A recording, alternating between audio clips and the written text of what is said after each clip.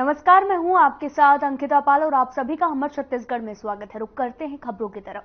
विकास के क्षेत्र में गांव हमेशा से पीछे रहे हैं। कई बार ऐसा होता है कि सरकार भी हर जगह विकास करने नहीं पहुंच पाती, लेकिन ग्रामीण क्षेत्रों की खास चुनौतियों का समाधान करके और प्रभावी उपाय लागू करके ग्रामीण समुदाय का उत्थान किया जा सकता है।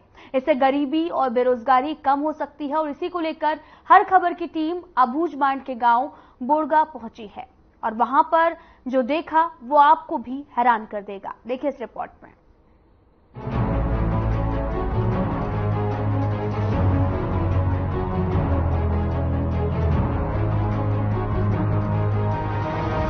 मई को हर खबर की टीम अबूझमाड़ के गांव बोड़गा पहुंची, जहां जाकर देखा गया कि अभी तक गांव बोड़गा में विकास नहीं हुआ था। हालांकि यहां पहुंचना इतना आसान भी नहीं था। हमने बीजापुर से भैरमगढ़ का सफर तय किया, जो 45 किलोमीटर था। इसके बाद जाना था इंद्रावती नदी के किनारे, जो कि भैरमगढ़ से लगभग 25 किलोमीटर दूर है। और यहाँ भी सफर आसान नहीं था। जैसे तैसे हम इंद्रावती नदी के किनारे तक पहुँचे, जिसके बाद इसे पार करने के लिए हमने वहाँ के युवकों से नदी पार करने में मदद ली और हम नदी के उस पार पहुँच गए। फिर यहाँ से चालू होता है अबूझमाड़ का क्षेत्र, जहाँ से ग्राम बोड़गा की दूरी 12 से 15 किलोमीटर। पगडंडी रास्ते और चिलचिलाती धूप में हर खबर की टीम उस जगह पहुंची जहां अब तक लोगों को ये नहीं पता था कि विकास होता क्या है। आजादी के 75वें साल के बाद भी इस गांव में विकास नहीं हुआ है। यहाँ न पक्की सड़कें हैं, न अस्पताल हैं और न स्कूल है। गाँव बोड़गा में आज भी लोग अंधेरे में अपनी जिंदगी गुजारने को मजबूर हैं। इसी को लेकर एसपी जितेंद्र यादव से बात की गई तो उन्होंने बताया कि वो लगातार अबूझमाड़ के इलाकों में विकास के कार्य शुरू कर रहे हैं। वहीं इस क्षेत्र में विकास ना हो पाने की वजह से लोग कितना परेशान हैं, ये उनसे बातचीत करने पर पता चला।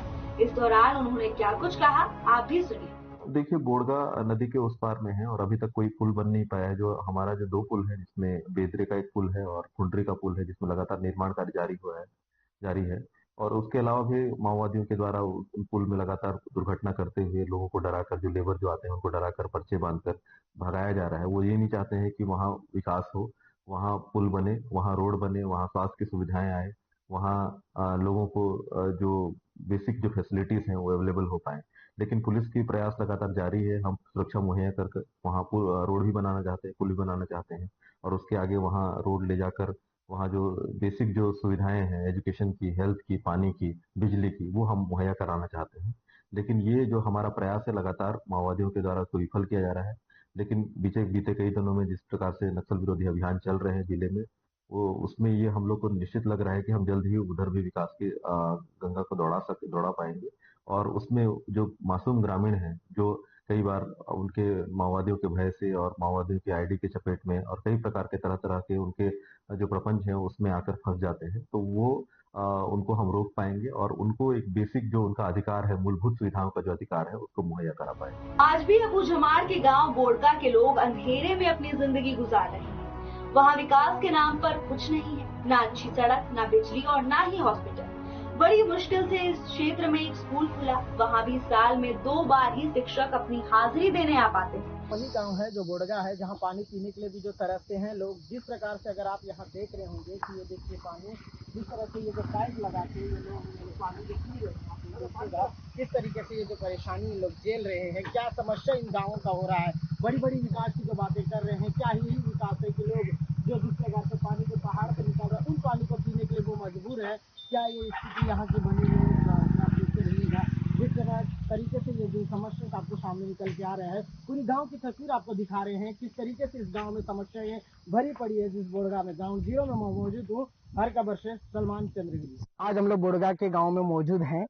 ग्राउंड जीरो की रिपोर्ट है ये कि अगर यहाँ पे विकास की अगर हम बात करते हैं तो विकास कहीं भी नजर नहीं आ रहा है। विकास चारों तरफ से 0 नजर आ रहा है, क्योंकि जहां विकास की बड़ी बड़ी दावे कर रहे हैं सरकार, जो मौजूदा सरकार है, इससे पहले की जो सरकार बनी हुई थी कांग्रेस की, वो भी बड़ी दावे की थी, जहां पे विकास की हर ग्राम पंचायत के अंदरूनी गांव तक का और बोला जाए तो लास्ट घर तक का विकास की बातें कर रही थी। लेकिन जहां तक देखा जाए तो जब हम दरअसल में पहुंचे हैं, कहीं विकास नजर नहीं आ रहा है। हम यहाँ के विकास की बात करते हैं तो पुलिया की बात करते हैं या रोड की बात करते हैं तो रोड यहाँ पे कहीं है ही नहीं। ग्रामवासी एक अपना साइकिल या फिर ट्रैक्टर जाने लायक अपने हाथों से जो अपने मुंह पारावाइज लोग मिलकर यहाँ पे रोड का निर्माण करके चला के चल रहे हैं। जहाँ पे हम अगर विकास की बात कर रहे हैं तो विकास कहीं नजर नहीं आ रहा है, और विकास की क्षेत्र अगर बिजली की बात करें तो कहीं बिजली नजर नहीं आ रहा है। जिस ओमलाइट की यहाँ की व्यवस्था की गई है, ओमलाइट जहाँ के वहीं खराब होते नजर आ रहे हैं। पानी लोग कुआं खोदकर पीने में मजबूर हो गए हैं। हमारे साथ कुछ भाई बने हुए हैं, उनसे भी बात करने की कोशिश करते हैं, क्या सच में यहाँ पे विकास है या नहीं, उन्हीं से जानने की पूरी कोशिश करेंगे। हमारे साथ एक विनेश भाई खड़े यहाँ पे बने हुए हैं, उनसे जानने की पूरी कोशिश करेंगे कि क्या है विकास, विकास है या नहीं है। भाई क्या नाम है आपका? मेरा नाम विनेश कुमार पटेल। विनेश भाई ये बताइए, यहाँ विकास कितनी बनी हुई है? सरकार बड़ी बड़ी दावे करती है विकास की, क्या सच में आपके बोड़गा गांव में विकास की कार्य हुए हैं? यहाँ तो हमारे गांव में तो विकास की नहीं है। हमारे जो विकास के नाम में अभी आदिवासियों को मारना ऐसा हो रहा है।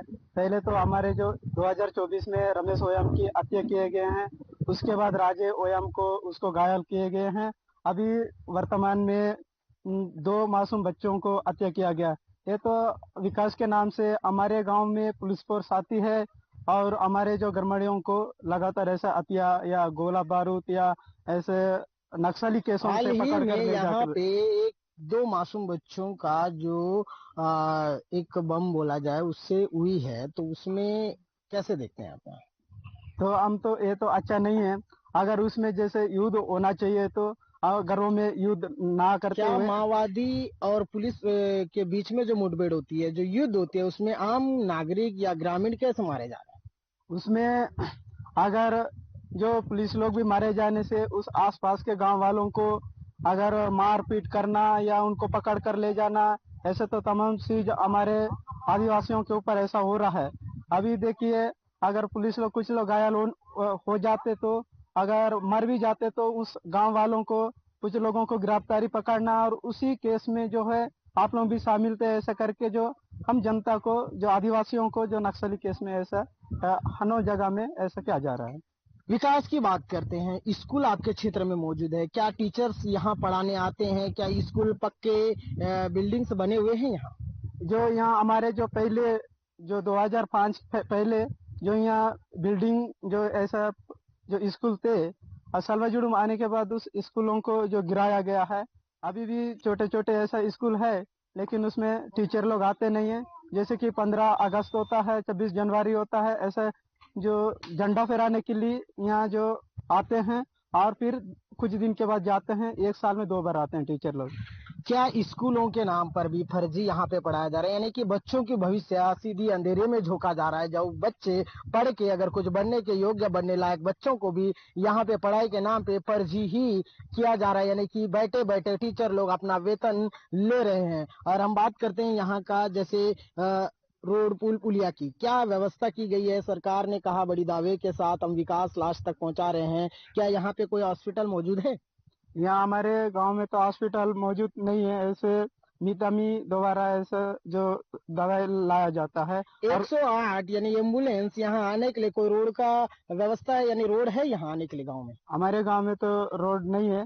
हम जो इधर के जो विकास की जो बात कर रहे हैं कि हमारे जो इंद्रावती नदी में जो पुलिया बन रही है, लेकिन अब जो हमारे जो इस गांव में जो विकास के नाम से अनेक पुलिया, जैसे कि हमारे इंद्रावती नदी को जैसे जाल बिछाए टाइप का ऐसा पुलिया बनाएंगे, ऐसा जो दावा जो सरकार ने कर रही है। और जो पुलिया तो हमको एक ही पुलिया से पूरे गांव को विकास कर सकती है। तो यानी कि यहाँ पे अगर जब तबीयत खराब हो जाती है, किसी को इमरजेंसी हो जाती है, तो उस समय कैसे करके यहाँ से लोगों को हॉस्पिटल तक उपचार के लिए लेके जाते हो? हम जो इधर से जो ज्यादा बीमार हो जाते हैं तो उनको जैसे कि बोकर ले जाते हैं, कार्ड द्वारा बोकर ले जाते हैं, और जहाँ रोड रहता है वहां तक जो बोकर ले जाते हैं उसका एम्बुलेंस को बुलाते हैं। ये बोड़गा गांव एक बड़ी खूबसूरत गांव है, चारों तरफ पहाड़ी घेरी हुई है और उसके जस्ट बगल से एक इंद्रावती नदी भी सिंचती है यहाँ पे, और लोग वहाँ पे भी आते हैं नहाने के लिए, यानी मछली वगैरह पकड़ने के लिए। लेकिन यहाँ बात करते हैं बिजली की, क्या सच में यहाँ पे बिजली आती है? बिजली है आपके गाँव में? हमारे गाँव में बिजली नहीं है। हमारे गांव में जैसे कि जो सरकार के द्वारा जो सोलर प्लेट दिया गया है, हम उसी से हम यूज करते हैं। क्या वो सोलर प्लेट पूरी तरीके से काम करते हैं? हर घर में लाइट्स यानी बिजली है, सोलर बिजली?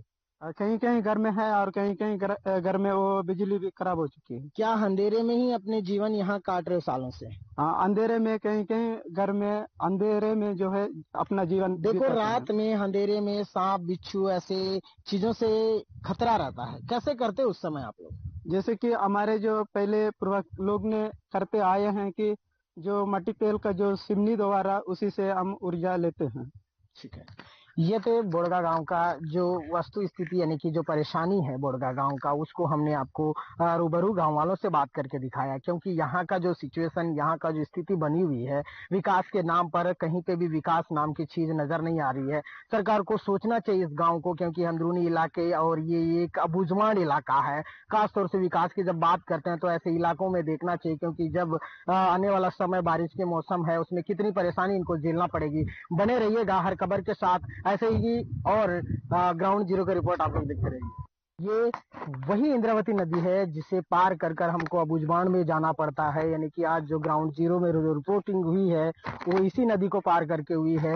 ये वही नदी है जहाँ पे बोड़गा के लिए यहाँ पे क्रॉस होके जाते हैं। जितनी परिस्थितियों को, जितनी दुर्गम रास्ता है, यहाँ पे रोड का कोई व्यवस्था नहीं है, तब भी इस नदी को हम लोग पार करके बोड़गा में ग्राउंड जीरो की रिपोर्ट के लिए गए हुए थे। अब सवाल ये उठता है कि क्या शासन प्रशासन को इस पिछड़े हुए गांव की भनक नहीं, या सरकार को वहां के लोगों के लिए कुछ करना ही नहीं चाहिए? आखिर इतनी लापरवाही क्यों? फिलहाल सरकार को इस गांव के बारे में सोचना चाहिए और विकास की मुख्य धाराओं से इस गांव को भी जोड़ना चाहिए। Bureau report.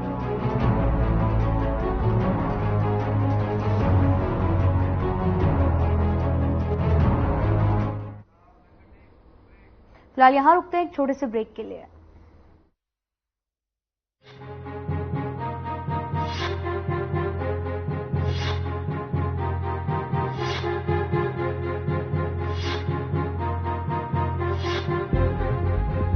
भारत को ग्लोबल मैन्युफैक्चरिंग हब बनाएंगे, जिससे युवाओं को रोजगार के नए अवसर मिलेंगे। ये है मोदी की guarantee. Hey mom, hey, look, I can download a song really fast. I can make dosas faster. Must be joking. Bus, 3 easy steps. Mix with water, spread batter, fry. गाना डाउनलोड हुआ? नहीं, पर तब तक मैं इडली बनाती हूँ। हमने बनाया किट से। बेटा, न बिजली न बीमा, हम किसानों को तो धोखा ही मिला वोट के बदले। और पापा आपको? बिचौलिए। पर हमें तो मिला है मोदी। बस एक वोट दिया था। अपने हरियाणा में फसल का पैसा और किसान सम्मान निधि सीधा खाते में आ जाती है। सबसे ज्यादा फसलों पर MSP मिलती है। खाद बीज की कभी कभी नहीं होती। सिर्फ तारीफ ही नहीं, वोट भी दो बच्चों, तभी तो आएगी मोदी सरकार। कमल का बटन दबाएं, भाजपा को जिताएं।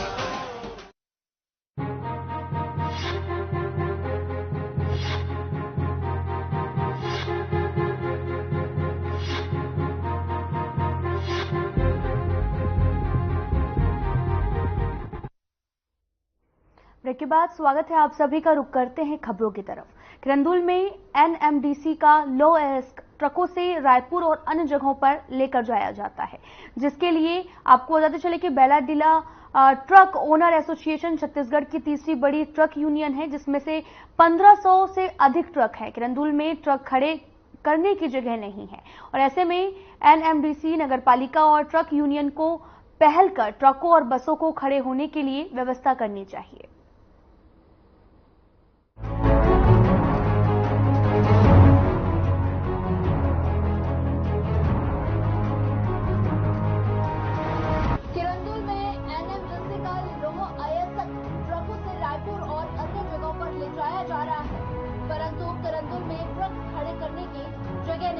ऐसे में NMDC नगरपालिका और ट्रक यूनियन को पहल कर ट्रक को खड़े करने के लिए व्यवस्था करनी चाहिए। यहाँ ना तो रोड सुरक्षित है और न ही यहाँ गाड़ी खड़े करने की कोई जगह है। किरंदुल के गौरव पथ पर रेत मिट्टी और घर बनाने के लिए सामानों का अंबार लगा हुआ है। आप लोग बस यहाँ क्यों खड़ा करते हो? भाई जगह नहीं है, इसलिए क्या करेंगे। तो आप लोग का नगर पालिका द्वारा कोई जगह नहीं मिल पाती है? पहले दिए थे बहुत साल पहले, अभी तो नहीं। पहले बसें कहाँ खड़ी करते थे? पहले बस यहाँ नीचे में खड़े करते थे, पार्किंग था पहले। अभी अभी यही जहाँ जगह मिलता है वहीं खड़े करते हैं, कभी आके हटवाते हैं, फिर कहाँ खड़े करेंगे, जगह तो कहीं नहीं है। ऐसा जगह बस स्टैंड में जगह ही नहीं है, बस इतना बड़ा है कि गाड़ी खड़ा करने का जगह ही नहीं है। वहाँ अंदर खड़ा करते हैं तो दुकान वाले बोलते हैं हटाओ हटाओ। और बाहर रोडों में जो खड़ा करते हैं आप लोग, उससे लोगों को बहुत ज्यादा परेशानियों का सामना करना पड़ रहा है। अब उसके लिए अपन क्या कर सकते हैं, कंपनी मैनेजमेंट देखे और NMDC का गाड़ी है, NMDC अपनी जगह देकर अपन खड़ा कर लो। ये गाड़ी NMDC के अंडर में चलती है, तो NMDC इसको अपने एरिया में क्यों नहीं खड़ा करा देती? जहाँ पे NMDC का जगह है खड़ा करने का, वहाँ क्यों नहीं खड़ा करने देती? अभी तक तो आदेश नहीं दिए, आदेश देंगे तो खड़ा कर लेंगे। ठीक, नाम बताएंगे? मेरा नाम हरपाल सिंह है सर। कौन से बस के ड्राइवर हैं आप? दुबे ट्रैवल। तो आप लोग जो रोडों में बसें खड़े करते हैं, इसका कारण क्या है? हमारे लिए कोई भैया पर्याप्त जगह नहीं है, कहाँ खड़ी करेंगे गाड़ी। पहले पीछे बस स्टैंड बनाए थे, हाँ, उसको भी बंद करवा दिए हैं। हाँ, अब इधर उधर कहीं खड़ी करते हैं तो उधर से NMDC वाले भगाते हैं। हाँ, बस स्टैंड में भी कहीं लगाओ तो बस स्टैंड में भी आके बोलते हैं तुम्हारा जहाँ जगह नहीं है। तो हम लोग भैया गाड़ी खड़ी करने के लिए कहाँ जाएं, बस कहाँ खड़ी करें। तो आप लोगों को बसों खड़ी करने में बहुत ज्यादा परेशानियों का सामना करना पड़ता है जी। तो जैसे पहले आप इस तरफ मेन रोड तरफ लगाते थे, उसमें भी क्या दिक्कतें आ रही है? उधर भी भैया घरों वाले बोलते हैं ना, आप लोग इधर मत लगाओ, वहाँ लेके जाओ, पहले वहाँ लगाते थे। खड़ी किए थे जहाँ भी, घर वाले पुलिस रिपोर्ट कर दिए, बोले हमारे घर के सामने गाड़ी खड़ी है। बहुत लफड़ा जी गाड़ी खड़ी करने के लिए, बस वालों के लिए। बस वालों के लिए बहुत ही ज्यादा परेशानी है गाड़ियों खड़ा करने का। कोई ठीक मतलब जगह ही नहीं है, बस वाले कहाँ जाएंगे भैया? बस वाले बस स्टैंड में ही खड़ी करेंगे, बस स्टैंड छोड़ के कहाँ जाएंगे? हाँ, नगर पालिका क्या बोलती है इस मामले में? नहीं, इस मामले में अभी तक तो कुछ नहीं बोले हमारे। हम लोग बस स्टैंड के अंदर लगाते हैं और जो बाहर रोडों में जो बसती है, चालक परिचालक बहुत सारी प्रॉब्लम फेस कर रहे हैं। जैसे कि यहाँ का बाथरूम में सुलभ कभी साफ ही नहीं रहता है, बड़ी दिक्कत जाती है फ्रेश होने में, नहाने में, धोने में, किसी भी चीज़ को लेकर बहुत ज़्यादा गंदगी। भैया जैसे देखा जा रहा है कि रोडों में पूरा बसें खड़ी हैं, अरेंजमेंट नहीं है ना, सही व्यवस्था नहीं है यहाँ पर। लोग खड़ी कहाँ करें? बस स्टैंड तो बना दिए लेकिन बस स्टैंड बहुत छोटा है, पार्किंग की सुविधा नहीं है। तो अभी आप कोई भी चीज़ की सुविधा नहीं है यहाँ पर, बस लोग आ रहे हैं जा रहे हैं, अपना काम चला रहे हैं किसी भी तरीके से। सबसे बड़ी प्रॉब्लम है पानी की भी दिक्कत। तो जो बसें अभी पूरे रोड में हम लोग देखे हैं कि पूरा बसें जो रोड में खड़ी है, तो आप लोग को नगर पालिका तरफ से कोई सुविधा नहीं है इसके लिए? कोई सुविधा नहीं आ रही, बल्कि नगर पालिका कभी कभी आके हम लोग का चालान भी काट देती है। चालान काट दे रही है गाड़ियाँ खड़ी कर रहे हैं करके, तो सुविधा क्यों नहीं दे रही है? अब सुविधा भी ये सरकार जाने क्यों नहीं दे रही है, क्यों नहीं दे रही है। वहीं किरंदुल का बस स्टैंड पूरी तरह से जर्जर हो गया है और कभी भी गिर सकता है। इस बिल्डिंग में कई दुकानें चल रही है। ऐसे में नगर पालिका को इस व्यवस्था पर ध्यान देना चाहिए। जनता का सवाल है कि जब गौरव पथ को ऐसे ही ट्रकों, बसों और बिल्डिंग मटेरियल से भरना था, तो सड़क चौड़ीकरण के नाम पर गरीब लोगों के घरों को क्यों तोड़ा गया? इस जर्जर व्यवस्था को लेकर जनता में काफी आक्रोश है। इन ट्रकों, बसों और बिल्डिंग मटेरियल की वजह से कई हादसे हो गए और इस समस्या को लेकर नगर पालिका और ट्रक यूनियन को पहल करनी चाहिए ताकि इस समस्या का समाधान निकाला जा सके। Bureau report.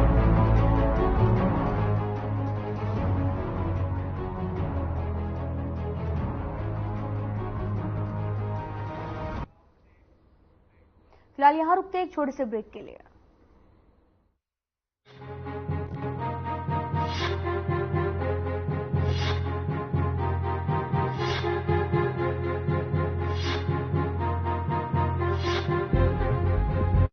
पीएम सूर्य घर योजना से बिजली बिल होगा 0। यह है मोदी की guarantee.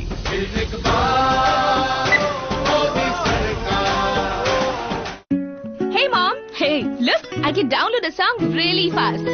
I can make dosas faster. Must be joking. Bus, 3 easy steps. Mix with water, spread batter, fry. गाना डाउनलोड हुआ? नहीं, पर तब तक मैं इडली बनाती हूँ।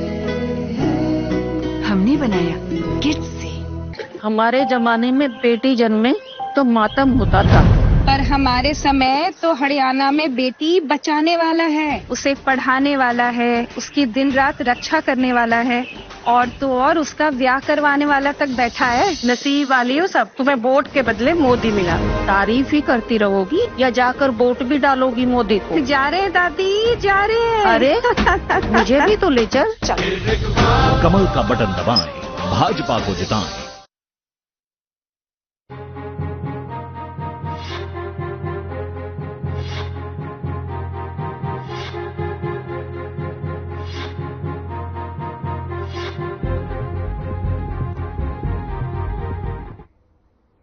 ब्रेक के बाद स्वागत है आप सभी का। रुक करते हैं खबरों की तरफ। शक्ति पुलिस ने आईपीएल मैच के दौरान सटोरियों के खिलाफ बड़ी कार्रवाई की। आपको बताते चले कि इस महीने में शक्ति पुलिस की ये दूसरी बड़ी कार्रवाई देखने को मिली। पुलिस ने माय डायमंड लाइन सट्टे की बुकी को लेकर धर दबोचा है और आपको बताते चले कि पकड़ा गया आरोपी लंबे समय से सट्टे के कारोबार में लिप्त था। पुलिस के रडार में लगातार बना हुआ था, मगर सबूत के अभाव में पुलिस कार्रवाई नहीं कर पा रही थी। शनिवार को पुलिस को मुखबिर की सूचना पर आपको पता चले कि राम मंदिर के पास अंकित अग्रवाल उर्फ कालू सेठी घर से सट्टे का संचालन कर रहा था। सूचना मिलने पर पुलिस ने रेड डालकर कार्रवाई करते हुए आरोपी अंकित को रंगे हाथों गिरफ्तार किया है।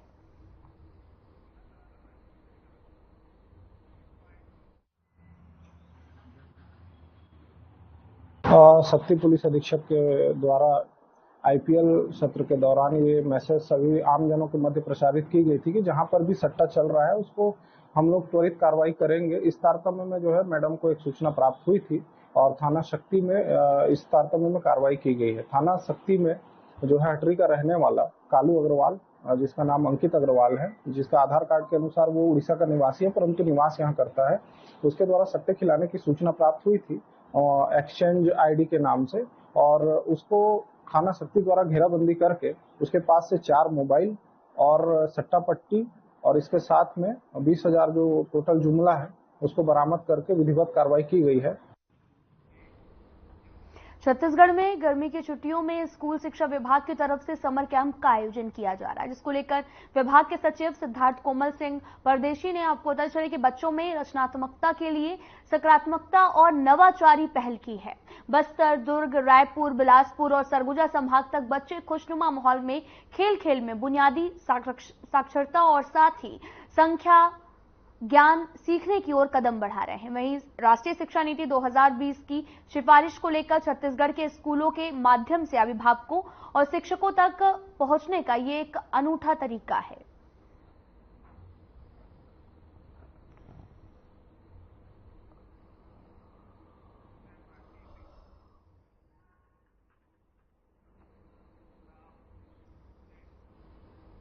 जांजगीर चांपा जिला के टोलनाका के पास बाइक सवार युवक से लिफ्ट लेकर अपहरण कर लूट की घटना को अंजाम देने वाले 2 आरोपियों को पकड़ने में पुलिस ने सफलता हासिल की है।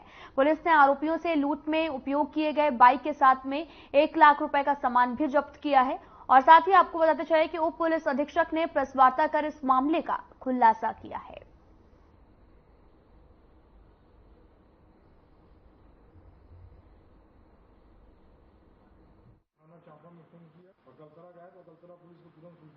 पंद्रह तारीख को रात्रि करीब 11 बजे प्रार्थी दीपक भूमिहार जो सकरी जिला बिलासपुर का रहने वाला था, चांपा थाना पहुंचकर रिपोर्ट दर्ज कराया कि उसके साथ नेशनल हाईवे में अर्जुनी टोल प्लाजा के बाद 3 अज्ञात युवकों के द्वारा चाकू दिखाकर उसी मोटरसाइकिल में उसको बैठाकर कुसमंदा गांव ले जाया गया, जहां उसकी मोटरसाइकिल, मोबाइल फोन, उसके गले में पहने हुए चांदी का चेन तथा उसके पास रखे हुए कुछ सोने के आभूषण को लूट के ले जाया गया है।